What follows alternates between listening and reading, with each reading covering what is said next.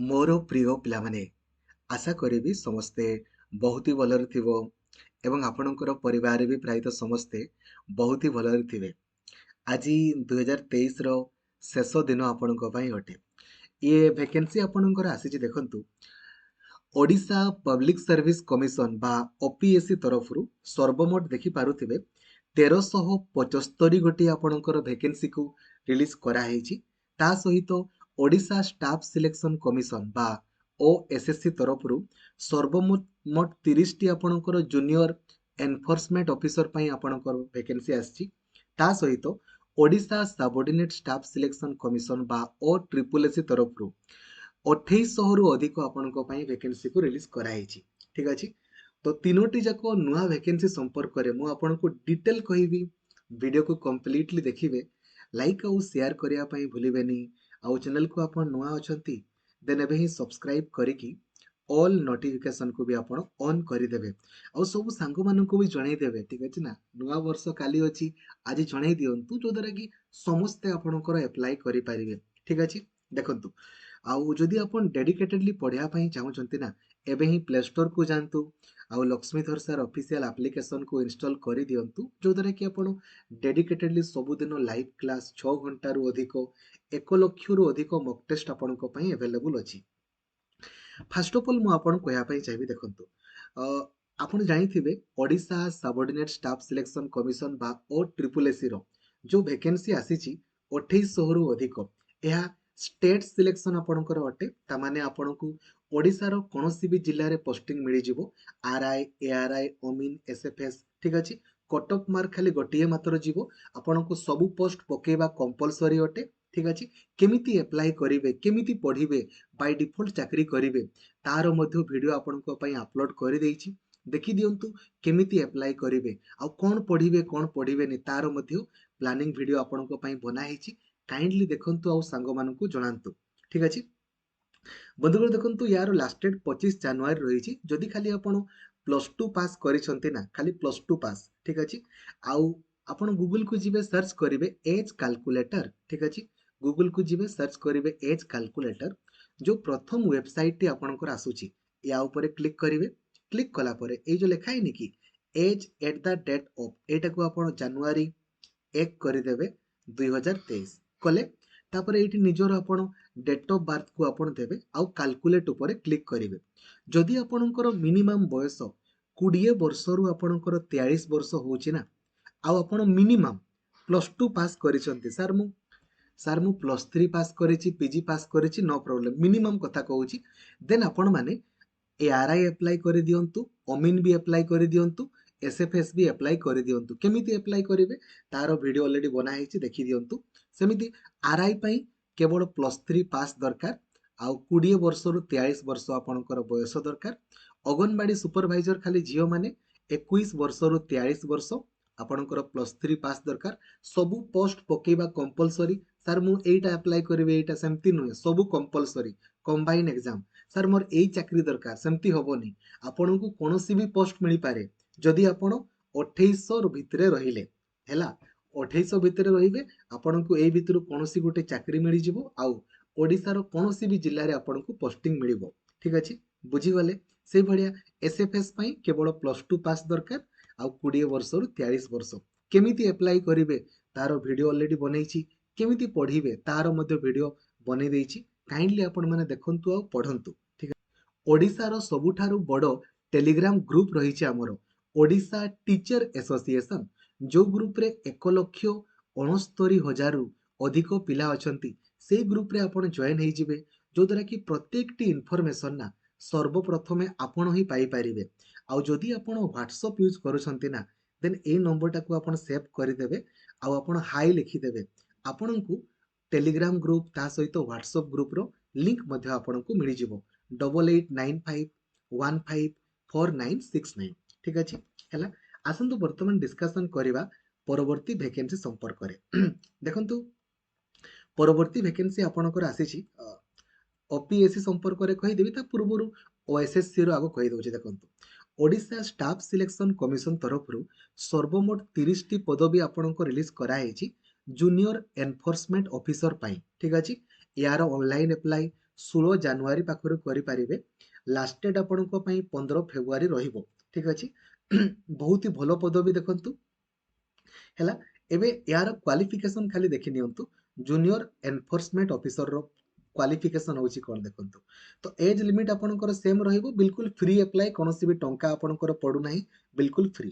ଠିକ୍ ଅଛି। ଯଦି ଖାଲି ଆପଣ ଗ୍ରାଜୁଏସନ କମ୍ପ୍ଲିଟ୍ କରିଛନ୍ତି ନା, ଖାଲି ଗ୍ରାଜୁଏସନ, ଦେନ୍ ଆପଣମାନେ ଜୁନିୟର ଏନଫୋର୍ସମେଣ୍ଟ ଅଫିସର ପାଇଁ ଆପ୍ଲାଏ କରିପାରିବେ। ଆଉ ତା ସହିତ କମ୍ପ୍ୟୁଟର ଶିଖିଥିବା ଦରକାର। ଆଉ ଜୁନିୟର ଏକାଉଣ୍ଟାଣ୍ଟ ପାଇଁ ମଧ୍ୟ ଖାଲି +3 ପାସ୍ କରିଥିଲେ ଆଉ କମ୍ପ୍ୟୁଟର ଶିଖିଥିଲେ ଆପ୍ଲାଏ କରିପାରିବେ। ଏକାଉଣ୍ଟାଣ୍ଟ ଗୋଟେ ପଦବୀ ଅଛି, ବଟ୍ ଜୁନିୟର ଏନଫୋର୍ସମେଣ୍ଟ ଅଫିସର ବହୁତ ହି ଭଲ ପଦବୀ ଅଟେ। ଏଜ୍ ଲିମିଟ୍ ସେଇ 21 ବର୍ଷରୁ 43 ବର୍ଷ ଭିତରେ ଥିଲେ ଆପଣମାନେ ଆପ୍ଲାଏ କରିପାରିବେ। ସିଲେକ୍ସନ ପ୍ରୋସେସ ଦେଖନ୍ତୁ, ଆଗ ପ୍ରିଲିମ୍ସ ପରୀକ୍ଷା ହବ, ଯୋଉଟା କି ସମସ୍ତଙ୍କ ପାଇଁ ଆପଣଙ୍କର କମନ। ତାପରେ ମେନ୍ ଏକ୍ଜାମ ଆପଣଙ୍କର ହବ। ଠିକ୍ ଅଛି, ଗଲା। ଏବେ ଆସନ୍ତୁ ଡିସ୍କସନ କରିବା ଓଡ଼ିଶା ପବ୍ଲିକ ସର୍ଭିସ କମିଶନ ବା OPSC ତରଫରୁ ଯେତିକି ବି ଆମର ସ୍କୁଲ୍ସ ମାନଙ୍କ ରହିଛି, government higher secondary school. Higher secondary କହିଲେ ଆପଣ ଜାଣିଥିବେ ବର୍ତ୍ତମାନ ତ ଏଡ୍ ହେଇଗଲା 9, 10, 11, 12, ସେଇ ପିଲାମାନଙ୍କୁ ଆପଣଙ୍କୁ ପଢ଼ାଇବା ପାଇଁ ପଡ଼ିବ। PGT ର ଭ୍ୟାକେନ୍ସି ଅଟେ। यार ऑनलाइन अप्लाई आपण माने करि पारिबे 31 जनवरी पाखरु करि पारिबे। 2 मार्च आपणकर लास्ट डेट रहिबो। सर्वमोट पदवी आपणकर 1375 गोटे रहउची। गोटे सजेशन मु आपनको देवा पई चाहिबी देखंतु। जदि आपण माने पीजी करिसंती ना, बीएड भी करि दियंतु, काहे कि ना पीजी सहित जदि आपण बीएड न करिवे ना, आपणकर ही लॉस। तन करी कि जोउठी परुछंती करंतु, रेगुलर रे हो, सब तो रेगुलर रे ही किमा डिस्टेंस मोड रे पीजी करंतु आउ बीएड भी करंतु हैला। देखंतु को सब्जेक्ट पई केते लेखाय वैकेंसी रहिछि। एंथ्रोपोलॉजी 5टी, बोटानी आपणकर 50 टी अछि, commerce 48 T, chemistry 69 T, education 28 T, English रे 193 टी आपणकर रहिछि। देखि परसंती केते केते आपणकर वैकेंसी रहिछि। इकोनॉमिक्स रे 151, जियोग्राफी रे 07, जियोलॉजी रे 2, हिंदी रे 14, हिस्ट्री रे 141 टी, तापरे होम साइंस रे 16, लॉजिक किंबा फिलोसफी रे 51, मैथमेटिक्स 40, ओडिया रे 223 टी। किंतु बेसी पिला अप्लाई करि परिबेनी, काहे कहले ओडिया रे से पीजी करिसंती किंतु बीएड करि नाहंती, बीएड दरकार। ठीक अछि। फिजिक्स रे 63, पॉलिटिकल साइंस रे 142, साइकोलॉजी रे 16, संस्कृत रे 21, सोशियोलॉजी रे 35, स्टैटिस्टिक 9 टी, जूलॉजी 50, उर्दू रे गोटे। सर्वमोट 1375 टी वैकेंसी, जोथिरे 461 टी झियो मानको पई आपणकर बा लेडीज मानको पई रिजर्व रहिछि हैला। एज लिमिट देखंतु, एज लिमिट आपणकर मिनिमम 21 वर्ष, मैक्सिमम आपणकर 43 वर्ष रहिछि। 21 रु 43 वर्ष भितरे थिले अप्लाई आपण माने करि परिबे। एबे क्वालिफिकेशन आपणकर देखंतु, आपण जेमिति पीजी कंप्लीट करथे, पीजी को सब्जेक्ट रे कहले, जो सब्जेक्ट रो वैकेंसी मु आपनको देखल थरा जाओ, आपण इकोनॉमिक्स रे अप्लाई करिवे, तो इकोनॉमिक्स रे जदि आपण पीजी करिसंती अप्लाई करि परिबे।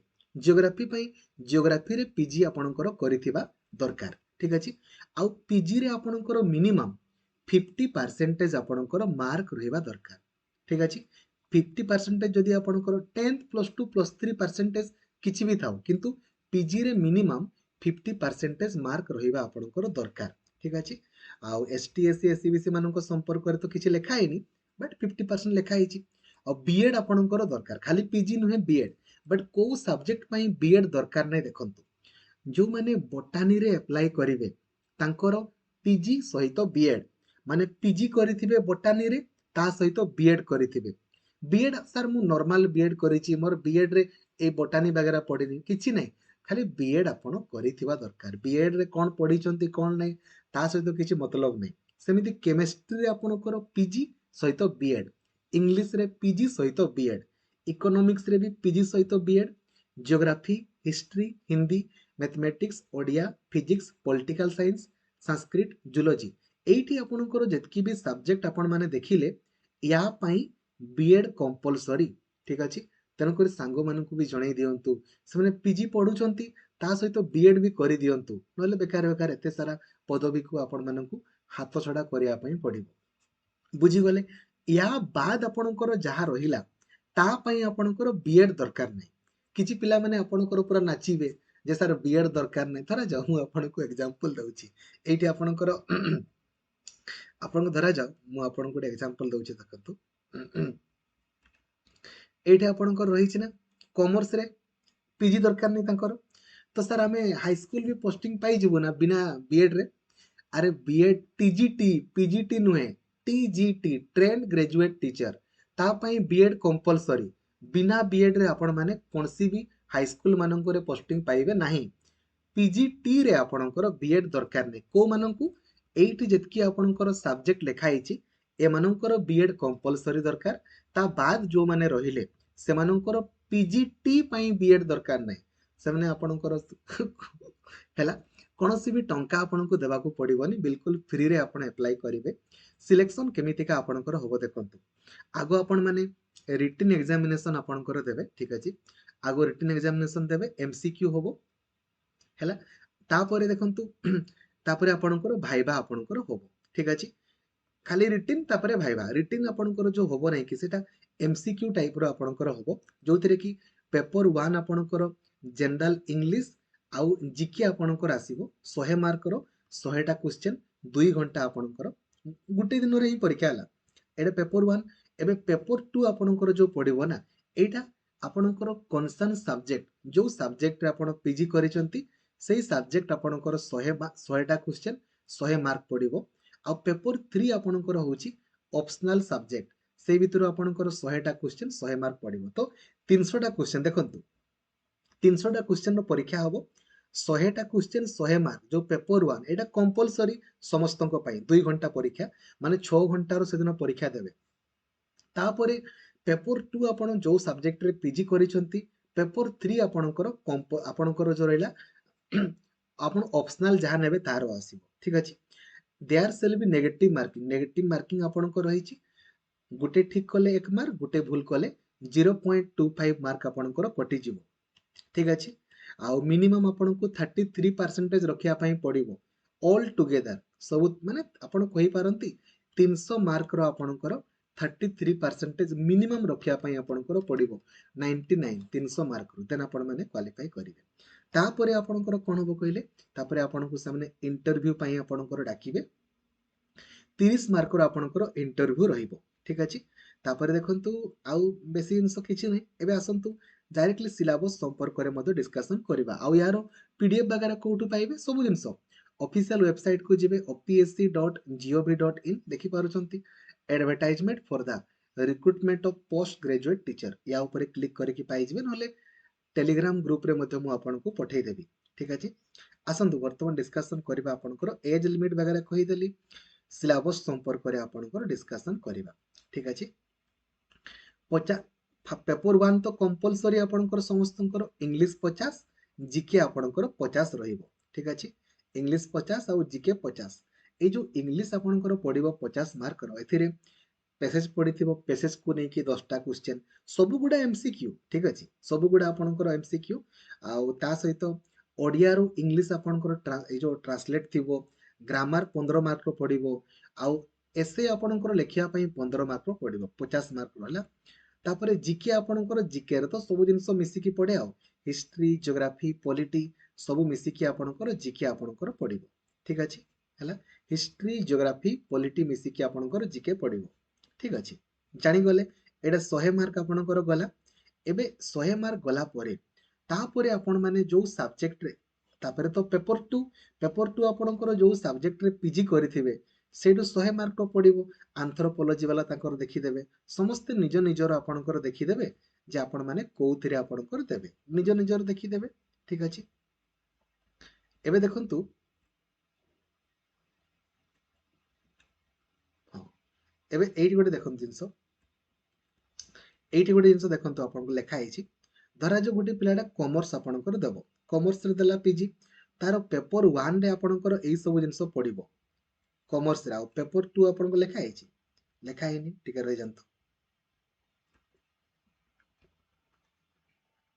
ठीक अछि भल से बुझंतु एई जो आपनकर पेपर 2 आ पेपर 3 लेखुनी कि एईटा आपनकर जो सब्जेक्ट रे आपण माने पीजी करिसेंती सेइटु ही आपनकर पडिबो जेमति एट लेखा आइछि धरा जो आपनकर एजुकेशन एजुकेशन देखो पेपर 1 लिखिदेला यहाँ पेपर 2 आपणकर यहाँ ठीक अच्छे सब सिलेबस वगैरह लिखाई आपण मैंने काइंडली पढ़ीदेवे ठीक अच्छे सांग मानक भी जन दिंतु जो द्वारा कि सबू सांग मैंने अप्लाई करेंगे जदि पीजी करिसेंती देन जो जो सब्जेक्ट रे खाली पीजी दरकार से अप्लाई करेंगे आउ जो पीजी सहित बीएड दरकार से भी अप्लाई करेंगे खाली +3 पास करते आपणकर जूनियर एनफोर्समेंट ऑफिसर को अप्लाई करेंगे आपणकर 16 जनवरी पाखर आउ जदि आपण +3 पास करिसेंती देन सबू आरआई एआरआई ओमिन एसएफएस अंगनवाड़ी सुपरवाइजर अप्लाई करंतु +2 पास करथिले एआरआई ओमिन एसएफएस अप्लाई करंतु ठीक अछि थैंक यू जय जगन्नाथ धन्यवाद थैंक यू आपनकु तथा आपनकर परिवार वर्ग को